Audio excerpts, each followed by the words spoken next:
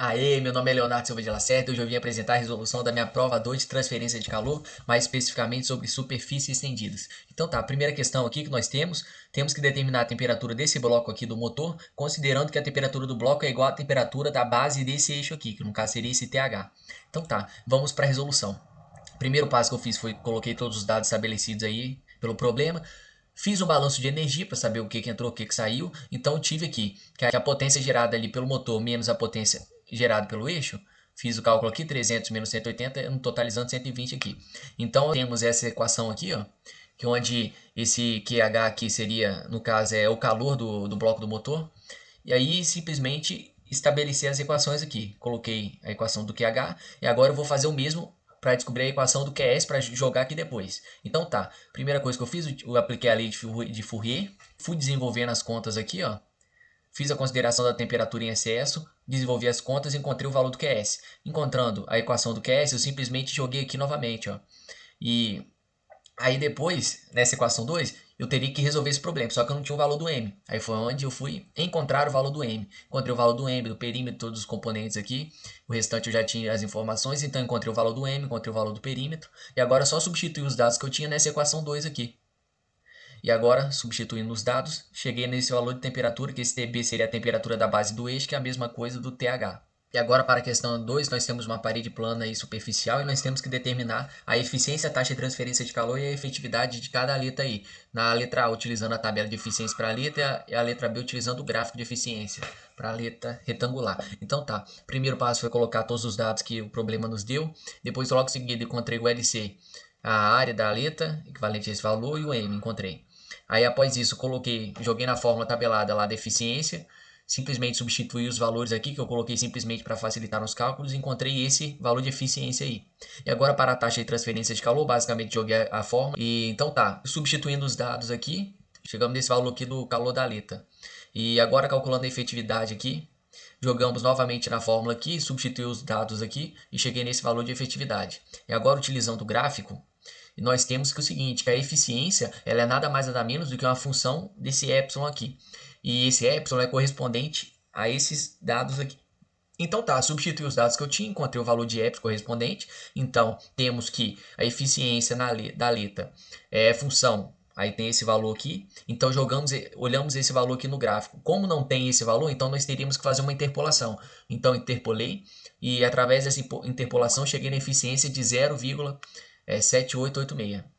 Então tá, já encontrei eficiência, agora vamos calcular a taxa de transferência de calor, que simplesmente joguei na fórmula e utilizei essa eficiência aqui. Então encontrei esse valor aqui para a taxa de transferência de calor aqui na letra, e agora calculando a efetividade, joguei na fórmula novamente, encontrei que a efetividade aí da letra é de 21,818. Agora aqui para o número 3, nós temos várias aletas ali circulares que atravessam as paredes e a primeira questão está pedindo para expressar essa temperatura em excesso aqui ao longo da aleta com calculando x quando ele estiver no meio aí da letra, né? Temperatura de quando estiver no meio da letra. Então tá, primeiro passo que nós fazemos é utilizar a equação de distribuição da temperatura. Aí chegamos nessa EDO aqui. Como nós não sabemos o valor de C1 nem de C2, nós vamos aplicar as condições de contorno para descobrirmos. Então tá, utilizando para x igual a zero e para x igual a L. E aí chegamos aqui que C2 é igual a isso aqui. Simplesmente substituir C2 aqui na equação, encontrei o valor de C1. E aí substituir aqui novamente aqui, encontrei o valor de C2. Como nós encontramos C1 e C2, então vamos substituir aqui nesse valor da EDO aqui. Aí substituímos, nós chegamos nessa parte aqui, eu expandi. E após essa expansão, coloquei em fator comum aí, porque nós podemos notar o seguinte, que 2 dividido por 2 é 1. E qualquer coisa dividida aqui por 1 seria ele mesmo. Então, se nós colocássemos 2 dividido por 2 aqui, essa expressão dividindo por 2 dividido por 2, nós chegaríamos no seguinte, na seguinte relação, que nós temos que seno hiperbólico de x é igual a e elevado a x menos e elevado a menos x dividido por 2. Como aqui é mx, então não interfere nada, porque é simplesmente uma constante. Então, se fizermos isso, nós poderíamos chegar nessa seguinte equação aqui, substituindo as exponenciais aqui por seno hiperbólico do valor aí. Então tá, após fazer isso aqui, nós substituímos ali a parte da temperatura em excesso, que é onde estava pedindo, porque aí nós vamos descobrir a temperatura no meio ali da letra. Então tá, primeiro passo nós colocamos aqui, substituímos os valores que nós temos aqui, chegamos à seguinte temperatura no meio da letra aí, que é esse valor.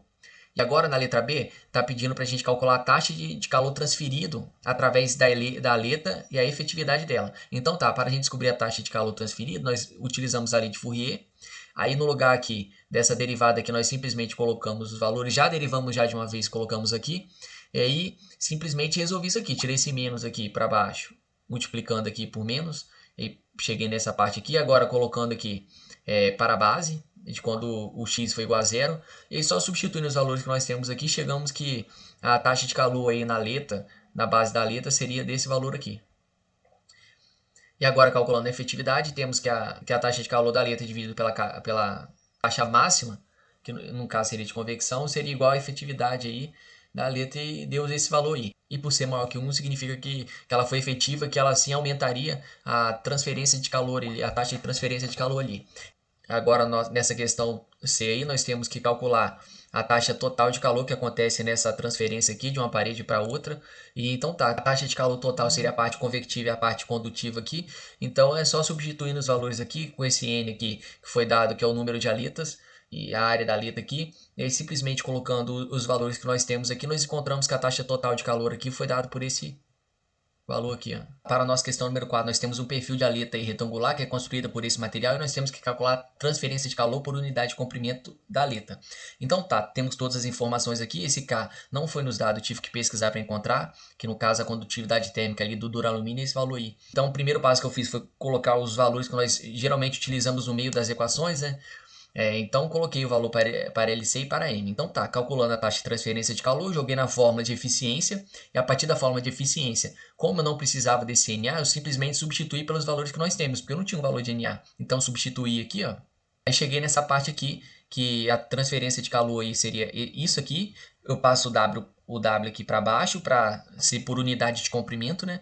E aí só substituir os valores que eu tenho e cheguei nesse valor aqui, ó, de 181,04 watts por metro. E agora aqui para a nossa questão número 5 aqui nós temos uma aleta retangular e aí nós temos que calcular a máxima perda de calor para a temperatura de base, que perdeu para a temperatura de base, e também a perda real, que perdeu para essa temperatura de base. Então, primeiro passo, coloquei todas as informações aqui, coloquei aqueles dados ali como de costume, para facilitar, porque geralmente utilizamos isso nos cálculos, e como para calcular a perda de calor pela temperatura de base, então vamos utilizar a perda máxima no caso, que seria a perda convectiva. E jogando aí na fórmula e substituindo os valores que nós temos ali, chegamos que a perda aí deu esse valor aí. E agora calculando a perda real, joguei na fórmula de eficiência, onde nós temos esse valor que relaciona a perda, no caso seria a perda real e a perda máxima aqui.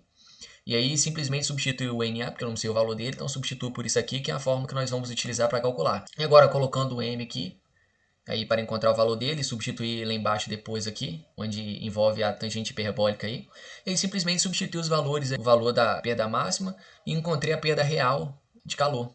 Agora na questão 6 aqui nós temos o sistema onde a água vai fluir em tubos expostos ali e por fora tem o ar atmosférico. Então tá, para aumentar a transferência de calor disso, as aletas deveriam ser empregadas aonde? Dentro, fora ou dentro e fora do tubo. Pelos conhecimentos nós podemos observar o seguinte, que para aumentar a transferência de calor seria necessário ali que as aletas ficassem da parte de fora, porque quando fica do lado de fora, as aletas ficariam em contato com o meio ambiente, que no caso seria o ar atmosférico. O ar é gás, e o gás ele seria um coeficiente de convecção menor do que o da água quente que está passando por dentro do tubo ali. E esse coeficiente de convecção influenciaria justamente na efetividade da aleta, que é onde nós podemos analisar e tirar justamente essa conclusão aí. A efetividade e o coeficiente de convecção têm uma relação inversamente proporcional, então quanto menor com o coeficiente de convecção, maior seria a efetividade. Então, para que a transferência de calor ali fosse maior, então seria melhor que as aletas ficassem para o lado de fora.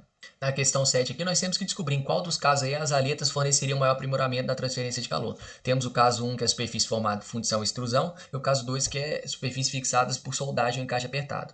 No caso 1, seria o mais ideal, porque simplesmente trata de processo de formação de material. A fundição, você vai jogar um metal líquido lá no molde e pá, formou o material. Já na extrusão é como se fosse a modelagem, então é só as resistências que teriam seria do material mesmo e pronto. Já no caso 2 ali, na soldagem há um depósito do material, de solda, então isso aí ocasionaria uma resistência térmica de contato. Já no encaixe apertado, devido ser apertado, então acabaria gerando a resistência térmica justamente por causa das micro-rugosidades ali, que iriam ficar com uma folguinha ali e entraria e daria umas bolsas de ar, haveria presença de ar ali dentro ali. Isso aí aumentaria a resistência térmica de contato. E E graças a isso que eu falei, podemos concluir que o caso 1 forneceria maior aproveitamento aí, aprimoramento na transferência de calor. Obrigado aí, valeu, é isso aí.